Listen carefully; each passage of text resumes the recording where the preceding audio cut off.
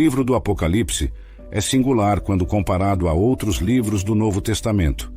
Ele não apenas traz uma mensagem para a igreja do primeiro século, a quem foi originalmente escrito, mas também tem uma mensagem atemporal para a igreja ao longo das eras, particularmente para aqueles que viverão nos tempos do fim e testemunharão o retorno de Cristo à Terra. O Apocalipse é uma obra que transcende o tempo e o espaço, servindo como um guia espiritual e profético, tanto para os cristãos da época de João, quanto para os que vivem hoje. Este livro é uma espécie de manual para entender os eventos que precederão o retorno de Cristo, tornando-se uma fonte inestimável de esperança e orientação. Este livro único foi escrito pelo apóstolo João, que também contribuiu com outros 5 livros no Novo Testamento. Este foi o último, escrito pouco antes de sua morte. O título deste livro, Apocalipse, origina-se do evento principal que ele descreve, a manifestação de Jesus Cristo para as pessoas que vivem na terra nos últimos dias. João, o discípulo amado de Jesus, foi o escolhido para receber essas revelações divinas. Ele não apenas documentou visões apocalípticas, mas também mensagens diretas às 7 igrejas da Ásia Menor, que são representativas da igreja como um todo. O termo Apocalipse vem do grego apocalipsis, que significa revelação ou descobrimento. É a revelação final de Deus para a humanidade, centrada na pessoa e na obra de Jesus Cristo. O trono de Deus foi o ponto focal de muitas das visões relatadas por místicos judeus e videntes apocalípticos, mas o Apocalipse começa com Jesus como o revelador. João deveria documentar as coisas que ele tinha visto. João vê um Jesus poderoso que não se compara a nenhum homem típico. A visão de João é profundamente teocêntrica, focada na soberania e majestade de Deus. No entanto, é também cristocêntrica, pois Jesus é retratado como o agente divino da revelação. Ele é o Cordeiro que foi morto e agora está vivo, digno de abrir os selos do julgamento divino. Apocalipse 5, versículos 5 e 6. Antes de João fixar seu olhar em Jesus, ele primeiro ouve sua voz. Em Apocalipse 1, versículos 10 e 13, ele diz: Eu estava no Espírito no dia do Senhor, e ouvi atrás de mim uma voz forte, como de trombeta, que dizia: Escreva em um livro o que você vê e envie-o às 7 igrejas: a Éfeso, Esmirna, Pérgamo, Tiatira, Sardes, Filadélfia e Laodiceia. Aqui João está no Espírito, uma expressão que indica uma experiência mística ou visionária em que ele estava especialmente sintonizado com o Espírito Santo.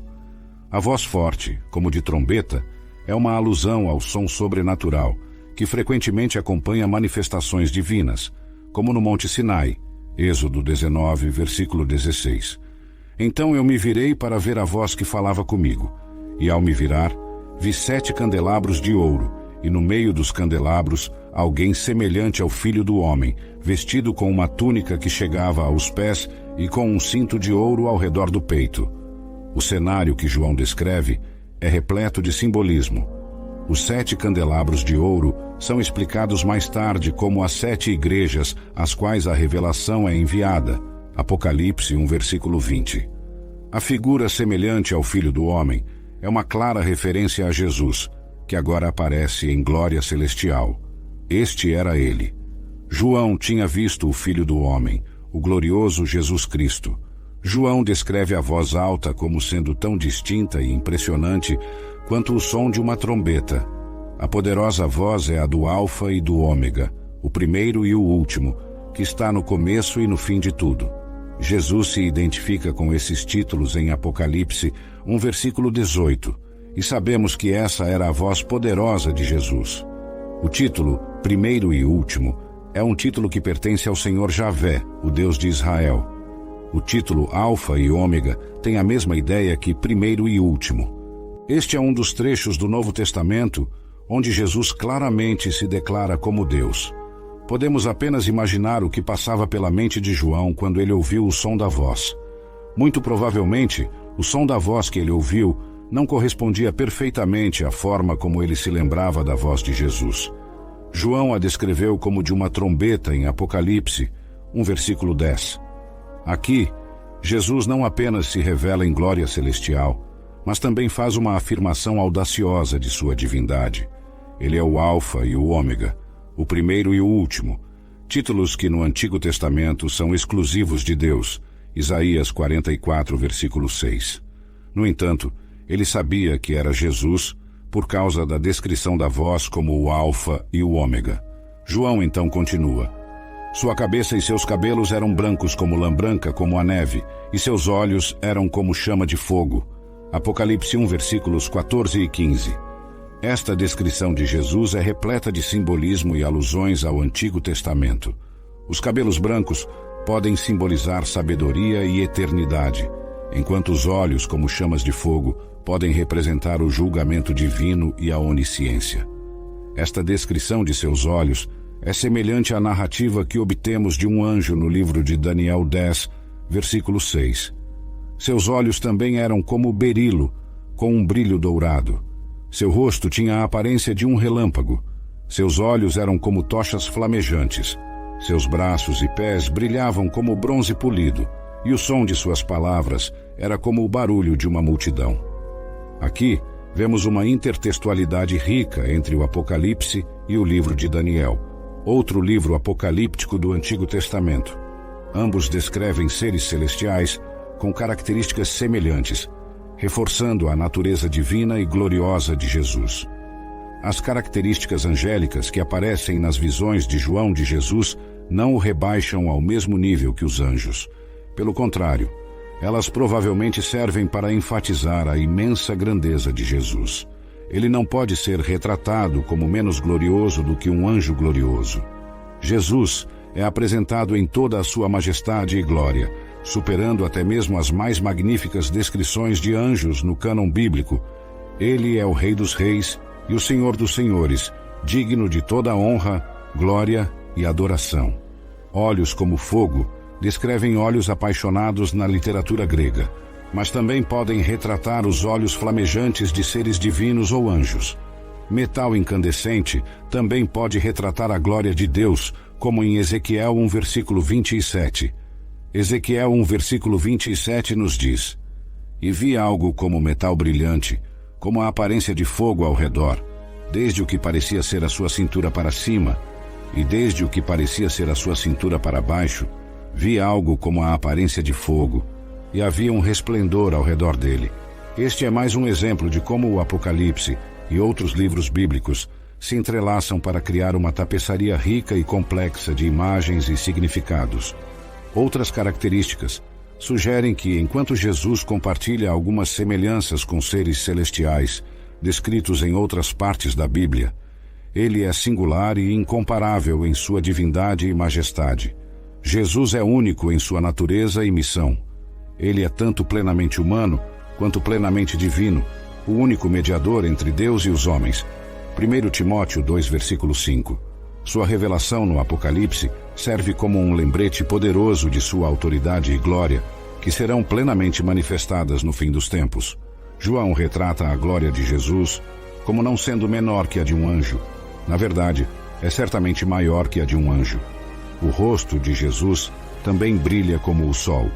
Textos gregos às vezes retratam divindades brilhando como o sol ou como relâmpagos. Textos judaicos fazem o mesmo para anjos e outros, mas também para o próprio Deus. Apocalipse 10, versículo 1. Aqui, a descrição de João ecoa a tradição tanto judaica quanto greco-romana, mas ele faz isso para elevar Jesus acima de todas as categorias conhecidas de seres divinos ou celestiais. O brilho do rosto de Jesus é uma manifestação da sua divindade, uma característica que ele compartilha com o Deus de Israel. Então vi outro anjo poderoso descendo do céu, vestido com uma nuvem, com um arco-íris sobre sua cabeça. Seu rosto era como o sol, e suas pernas como colunas de fogo. Apocalipse 10, versículo 1. João continua em Apocalipse 1, versículo 16. Em sua mão direita, ele segurava 7 estrelas, e de sua boca saía uma espada afiada de 2 gumes. E seu rosto, refletindo sua majestade e a glória Shequina, era como o sol brilhando em todo o seu poder ao meio-dia. A espada afiada de 2 gumes que sai da boca de Jesus é uma alusão a Isaías 11, versículo 4, onde se lê: Mas com justiça julgará os pobres e decidirá com equidade pelos mansos da terra, e ferirá a terra com a vara de sua boca, e com o sopro dos seus lábios matará o ímpio. Isaías 11, versículos 4 e 5. A espada simboliza o julgamento divino que Jesus executará, e as 7 estrelas em sua mão direita representam as 7 igrejas às quais a revelação é enviada. Quando o vi, caí aos seus pés como morto, e ele colocou sua mão direita sobre mim, dizendo: Não temas, eu sou o primeiro e o último. Apocalipse 1, versículo 17. Mesmo João, que conhecia Jesus intimamente durante seu ministério terreno, é tomado por um temor reverente ao encontrar o Cristo glorificado. Este é um testemunho poderoso da majestade divina que Jesus voluntariamente deixou de lado para viver como homem na terra. Não temas, eu sou o primeiro e o último, e o que vive. Fui morto, mas eis aqui estou vivo para todo o sempre. Amém. E tenho as chaves da morte e do inferno. Apocalipse 1, versículo 18. Jesus oferece conforto a João, assegurando-lhe que ele detém o poder sobre a vida e a morte. Ele é a encarnação da eternidade, tendo existido desde o início e que existirá para sempre. Ele é o Deus de toda a eternidade, Senhor do passado eterno e do futuro eterno. Não temas, eu sou o primeiro e o último, e o que vive. Fui morto, mas eis aqui estou vivo para todo o sempre. Amém. E tenho as chaves da morte e do inferno. Apocalipse 1, versículo 18. Aqui, Jesus se identifica com 3 títulos. Ele é o primeiro e o último, o Deus de toda a eternidade. Ele é aquele que vive, foi morto e está vivo para todo o sempre. E ele detém as chaves da morte e do inferno. Cada um desses títulos reforça a divindade de Jesus e sua autoridade sobre todos os aspectos da existência. Jesus instruiu João a escrever sobre as coisas que estavam acontecendo em seu dia, ou seja, as coisas que pertencem às 7 igrejas localizadas na Ásia. Também lemos sobre as coisas que acontecerão depois disso. Isso indica que Jesus queria que João relatasse sobre os eventos que ocorreriam após as coisas relacionadas às 7 igrejas, ou seja, os eventos dos últimos dias. O Apocalipse, em sua forma original, era conhecido em grego antigo como Apocalipsis, que significa uma revelação, um desvelamento. O livro do Apocalipse é a revelação de Jesus Cristo, no sentido de que pertence a Ele. Ele é quem está fazendo a revelação. Jesus é a pessoa sobre a qual o livro nos fala. Às 7 igrejas do Apocalipse, Jesus Cristo apareceu a João em uma visão. Ele revelou eventos futuros distantes e deu a João mensagens para cada uma das 7 igrejas da Ásia Menor. O Apocalipse não é apenas um livro de profecias sobre o fim dos tempos. É, acima de tudo, uma revelação de quem Jesus Cristo é. Ele é o Alfa e o Ômega, o início e o fim de todas as coisas. Ele é o Senhor da história e o Salvador da humanidade. E é Ele quem detém as chaves para o nosso futuro eterno. As cartas do Senhor, repletas de palavras de incentivo e correção, oferecem uma promessa àquele que vencer. Mesmo hoje, elas identificam os tipos de dificuldades que os cristãos enfrentam e nos ensinam como superar a adversidade. Essas cartas às 7 igrejas são como um espelho para a igreja contemporânea. Elas revelam não apenas os desafios da época, mas também os princípios eternos que os seguidores de Cristo devem aplicar em suas vidas. Ao anjo da igreja em Éfeso escreve: Estas coisas diz aquele que detém as 7 estrelas na sua mão direita, que anda no meio dos 7 candeeiros de ouro. Conheço as tuas obras, e o teu trabalho e a tua perseverança, e sei que não podes suportar os maus. Apocalipse 2, versículos 1 a 3. A igreja em Éfeso é elogiada por sua diligência e perseverança, mas também é repreendida. Jesus, que anda entre os candeeiros de ouro, está atento à condição espiritual de cada igreja. Mas tenho contra ti que deixaste o teu primeiro amor. Lembra-te, pois, de onde caíste, e arrepende-te, e pratica as primeiras obras. Senão brevemente virei a ti, e removerei do seu lugar o teu candeeiro, se não te arrependeres. Apocalipse 2, versículos 4 e 5. A igreja de Éfeso é advertida de forma severa. Eles são instruídos a se lembrar de seu primeiro amor por Cristo e a retornar a Ele.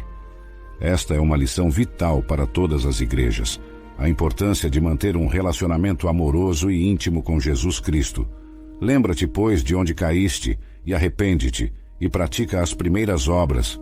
Apocalipse 2, versículo 5. Jesus oferece uma solução tríplice para o problema da falta de amor em Éfeso: lembrar, arrepender-se e repetir. Ele os chama a refletir sobre a qualidade de seu relacionamento com Ele no início de sua fé, a se arrepender de seu afastamento e a retomar as práticas espirituais que inicialmente os aproximaram dele. Se não te arrependeres, virei a ti e removerei o teu candeeiro do seu lugar. Apocalipse 2, versículo 5. Aqui, Jesus adverte sobre as graves consequências de se afastar dele. A remoção do candeeiro simboliza a perda da influência e do testemunho da igreja na comunidade e no mundo. Conheço a tua tribulação e a tua pobreza, mas tu és rico, e a blasfêmia dos que se dizem judeus e não o são, mas são a sinagoga de Satanás. Apocalipse 2, versículo 9. A igreja em Esmirna enfrenta uma situação completamente diferente. Eles são pobres em bens materiais, mas ricos em fé. Eles enfrentam perseguição e difamação, mas recebem apenas elogios de Cristo. Este é um lembrete poderoso de que as circunstâncias externas não são um indicador da aprovação ou desaprovação de Deus. Sê fiel até a morte e dar-te-ei a coroa da vida. Apocalipse 2, versículo 10. A igreja em Esmirna é encorajada a permanecer fiel em meio à perseguição. A promessa é a coroa da vida, um símbolo do triunfo eterno sobre o sofrimento e a morte. Não temas as coisas que tens de sofrer. Eis que o diabo lançará alguns de vós na prisão, para que sejais provados, e tereis uma tribulação de 10 dias. Sê fiel até a morte, e dar-te-ei a coroa da vida. Apocalipse 2, versículo 10. A igreja em Esmirna vive em um ambiente hostil, onde a perseguição é uma ocorrência diária. No entanto, eles são lembrados de que sua fidelidade será recompensada no céu. Este é um lembrete para todos os cristãos de que a fidelidade a Cristo pode exigir sacrifícios, mas esses sacrifícios não são em vão. Quem nos separará do amor de Cristo? Será tribulação ou angústia, ou perseguição, ou fome, ou nudez, ou perigo, ou espada. Romanos 8, versículos 35 a 39. Paulo, em sua carta aos Romanos, nos lembra que nada pode nos separar do amor de Deus, que está em Cristo Jesus. Esta é uma verdade eterna, que deve ser o alicerce da fé de cada cristão, especialmente em tempos de adversidade. O medo é uma resposta humana natural, mas vivemos vidas sobrenaturais por causa do poder de Cristo em nós. Seja fiel até a morte e eu te darei a coroa da vida. Apocalipse 2, versículo 10. Dado o contexto de perseguição severa em Esmirna, Cristo está dizendo: sim, você pode perder sua vida por minha causa, mas seja fiel até o fim. A coroa da vida é uma promessa de recompensa eterna, uma afirmação de que o sofrimento terreno tem um propósito celestial. Pérgamo, a igreja comprometida. Apocalipse 2, versículos 12 a 17. Pérgamo era uma igreja que vivia onde o trono de Satanás estava localizado. No entanto, eles mantiveram sua fé, mesmo sob a ameaça de martírio. Mas Cristo tem algumas coisas contra eles. Eles toleraram falsas doutrinas e práticas idólatras em sua congregação. Assim também, vocês têm os que mantêm a doutrina dos nicolaítas, o que eu odeio. Arrependa-se, senão virei em breve até você e lutarei contra eles com a espada da minha boca. Apocalipse 2, versículos 15 e 16. Aqui, Jesus adverte a igreja em Pérgamo sobre as graves consequências de tolerar falsas doutrinas e práticas pecaminosas. Ele os chama ao arrependimento e à pureza doutrinária, sob pena de julgamento divino. Neste berço de atividade pagã, professar fé em Jesus Cristo tinha consequências terríveis. A própria existência da igreja demonstrava convicção e coragem, mas a idolatria havia se infiltrado em sua congregação. A igreja em Pérgamo estava situada em um ambiente altamente hostil ao cristianismo. No entanto, eles conseguiram manter sua fé, o que é um testemunho de sua resiliência e coragem. Mas a infiltração de práticas idólatras e doutrinas falsas em sua congregação era uma mancha em seu testemunho. Os cristãos não são chamados para serem combativos ou antagonistas, mas há uma maneira melhor do que a escolha de Pérgamo: manter uma identidade distinta. A igreja hoje enfrenta o desafio de manter sua identidade cristã em um mundo cada vez mais secularizado. A tentação de comprometer a verdade do Evangelho para se adequar à cultura predominante é grande, mas como a igreja em Pérgamo nos mostra, o compromisso não é uma opção. Portanto, tudo suporto por amor dos eleitos, para que também eles alcancem a salvação que está em Cristo Jesus, com glória eterna. 2 Timóteo 2, versículo 10. Paulo nos lembra que o sofrimento e a perseguição têm um propósito maior: a salvação dos eleitos.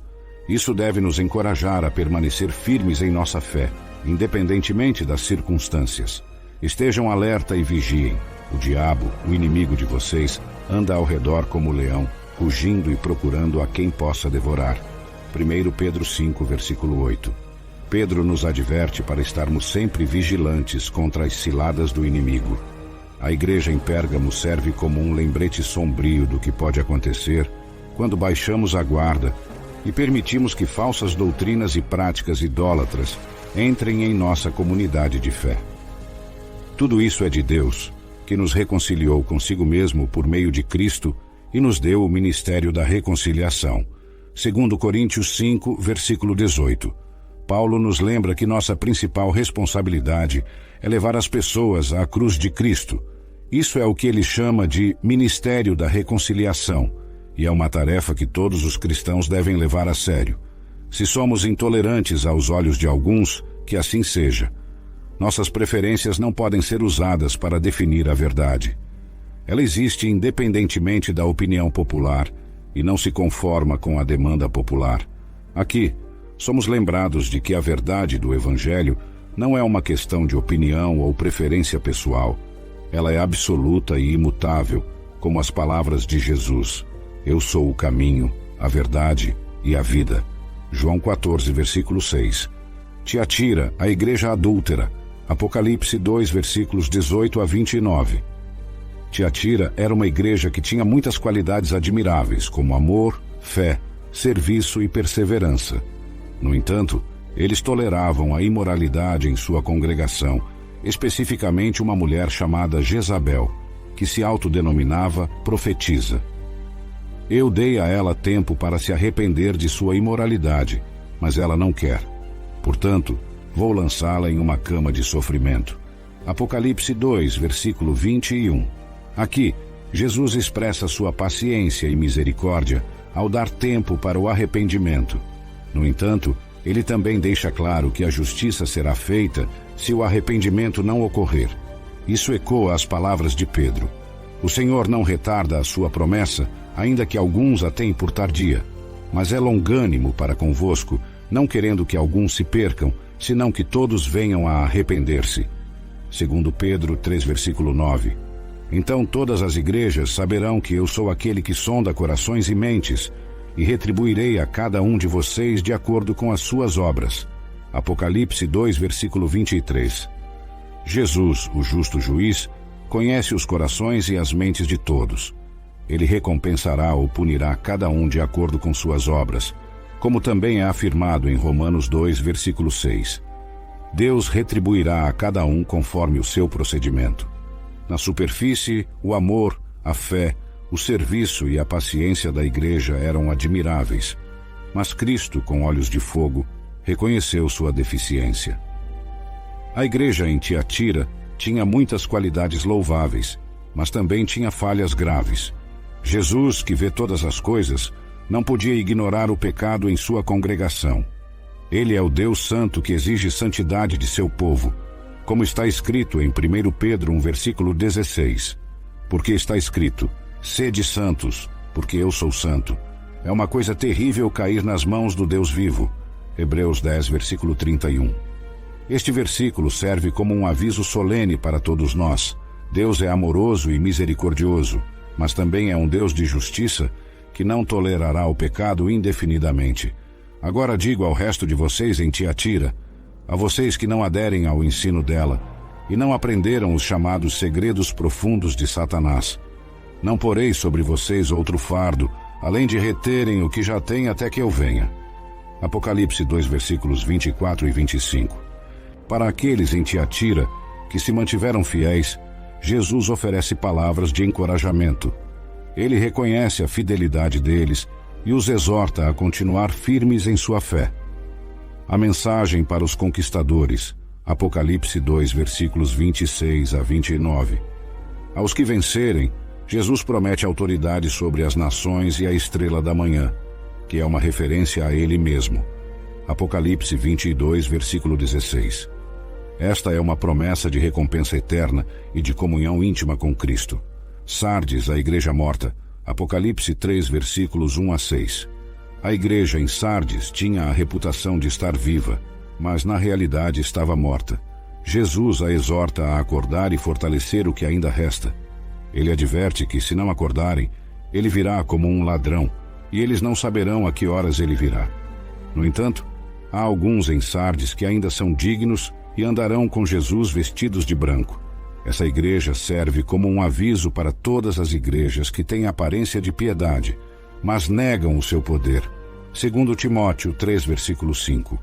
Aquele que tem os 7 Espíritos de Deus e as 7 estrelas. Apocalipse 3, versículo 1.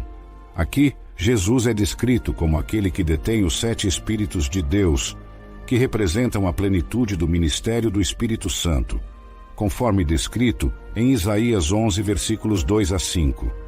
A igreja em Sardes tinha excluído o Espírito Santo de suas atividades, resultando em uma igreja morta. 5 instruções para a igreja morta: ser sensível ao pecado. A igreja deve estar alerta e vigilante. O ensino deve estar de acordo com a palavra de Deus. O afastamento da doutrina resulta em morte espiritual. Ser submisso ao controle do Espírito Santo. É apenas através do Espírito Santo que ouvimos e recebemos a palavra de Deus de forma transformadora. Efésios 4, versículo 30. 1 Tessalonicenses 5, versículo 19. Ser sujeito à autoridade da palavra de Deus. A igreja deve honrar e ensinar fielmente a Bíblia. Quando uma igreja abandona a Bíblia, o Espírito Santo perde sua principal ferramenta para transformar os crentes à imagem de Cristo. Ser arrependido do pecado. O arrependimento é sempre a resposta para voltar aos trilhos com Deus. As igrejas perecem como resultado do pecado de seus membros e são restauradas através do arrependimento de seus membros. Ser esperançoso. Apesar de suas falhas, Cristo ofereceu esperança a Sardes. A igreja poderia experimentar a vida eterna se retornasse à obediência aos seus mandamentos. Filadélfia, a igreja fiel. Apocalipse 3, versículos 7 a 13. A igreja em Filadélfia é elogiada por sua fidelidade. Eles tinham uma porta aberta diante deles, tinham mantido a palavra de Deus e não tinham negado o nome de Jesus. Jesus promete protegê-los da hora da provação que virá sobre o mundo inteiro. Ele também promete que aqueles que vencerem serão feitos pilares no templo de Deus e receberão um novo nome. Porque guardaste a palavra da minha perseverança, também eu te guardarei da hora da provação, que há de vir sobre o mundo inteiro, para experimentar os que habitam sobre a terra. Apocalipse 3, versículo 10. Esta é uma das promessas mais encorajadoras do Novo Testamento, sugerindo que aqueles que são fiéis a Cristo serão poupados dos julgamentos mais severos que virão sobre a terra. Eis que venho sem demora. Guarda o que tens, para que ninguém tome a tua coroa. Apocalipse 3, versículo 11.